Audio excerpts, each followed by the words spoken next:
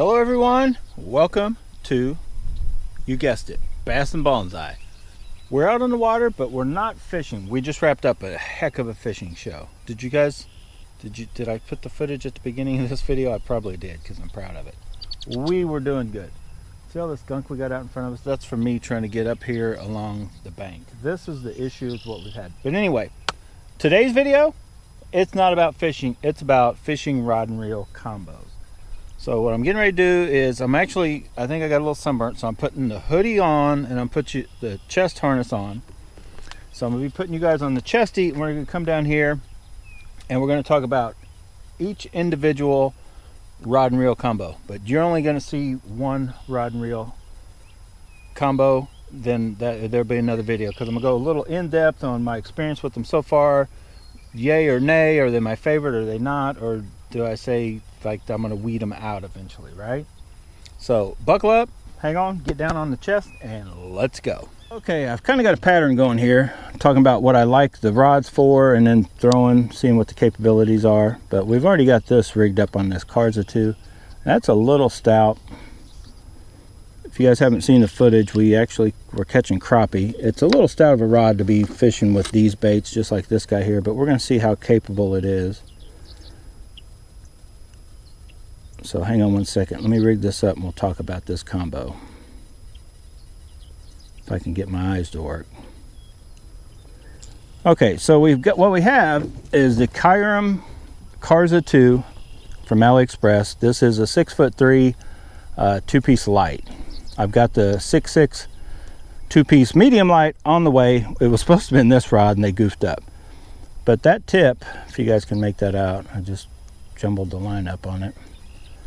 That tip is a little, see how all the way there, one solid deal. That's usually good, just like I showed you on the 13 fishing rod, that if rod's fairly stiff, if that tip kind of has the same bend going way down into the eyes, may not mean it's a heavy, medium heavy, all that. It means it's just got a power, the power transfer is kind of straightforward, makes it usually a more powerful rod. So typically better for hook setting, not better for fighting fish or casting the lighter baits. The quicker reacting tips are usually more forgiving for smaller hooks and for letting the fish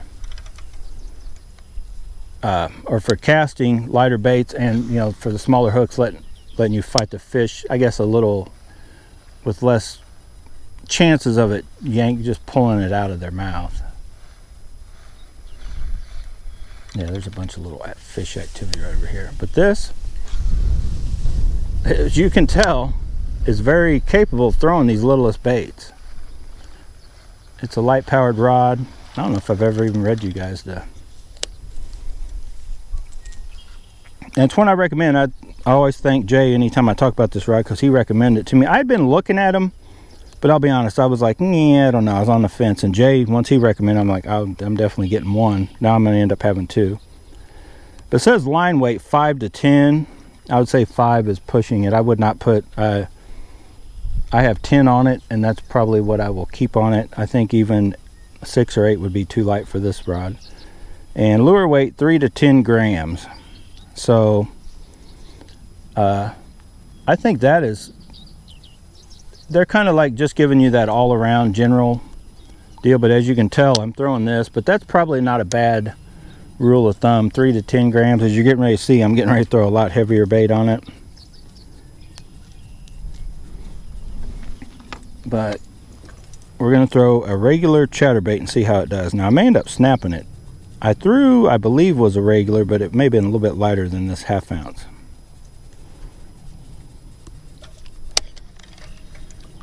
So you can go out with this Carza2. And you guys, do I need to talk about the LingL? You guys know about it by now, right? But as you can see, 1/2 ounce chatterbaits. Now hook set will be an issue on the Z-Man original chatterbait. That's what I have on right now. But I was throwing and catching fish. You'll see, check out the other videos on the one from AliExpress, $3.50 one. But this little rod is, I want to say it's $70 for the 6'3", or $75 for 71 for the 6'3" and like 75 for the 6'6" medium light. But I definitely recommend this rod, just in the time I fished it today, how it feels. I've done a little test casting with it. It's just a good built working rod. Soft touch reel seat, got a good kind of tapered cork. Everything feels good on it. And the LingL, if you guys don't know about the LingL, it right now it's off the market. It's considered Sheng LingL for $99, only way you can find it on AliExpress. Hopefully they come back out with them. I do recommend that reel highly. I've got it in a lot of videos. I'm not going to spend a lot of time talking about it. But the Carza2, it's legit. For sure. I was hoping to catch a fish. As I wrap up with the Carza2, I'm honestly not sure where it's going to fit in my lineup. I have it kind of in between, as you see me pick it up, between the Lure Star rod and the Teton 662, because the power, I would call it, even though it's a little shorter than those rods, I would call it about as powerful as the feeling rod, definitely more powerful than the Teton. So where I'm going to use it, I don't know, possibly for shaky head. That's actually still to be determined. I think I should throw, let me try, because I'll show you guys.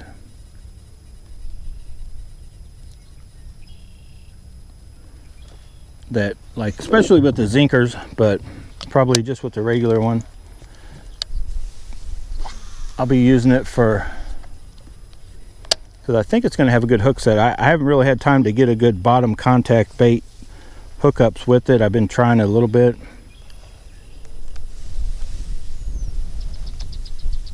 But I think it's going to be one of the lightest,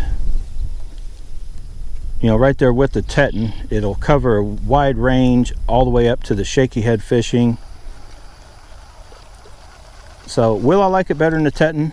Still to be determined, but stay tuned, right? Stay tuned. We'll let you know.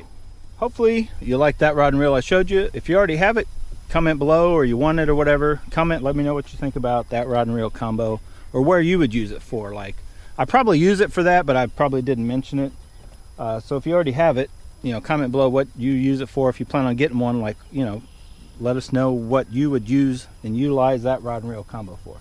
A lot of awesome rod and reel combos. There's a lot more rod and reel combos out there, rods and reels.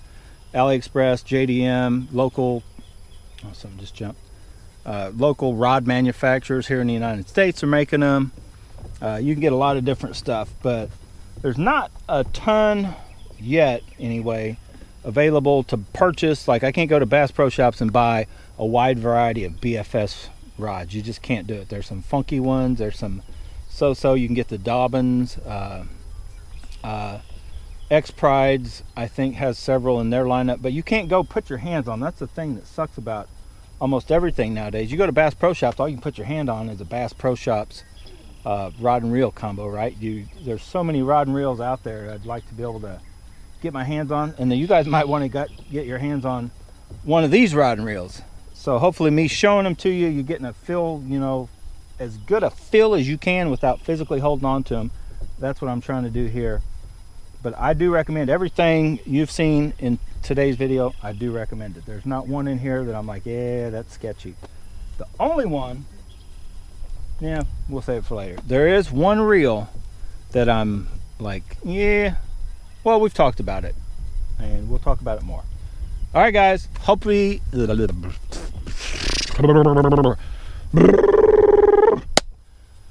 all right, guys, hopefully you liked the video. Get out of here, go bass bonsai for yourself, and thanks for watching. But whatever you do, make sure you have fun doing it. I'm gonna have fun finishing fishing. Bye.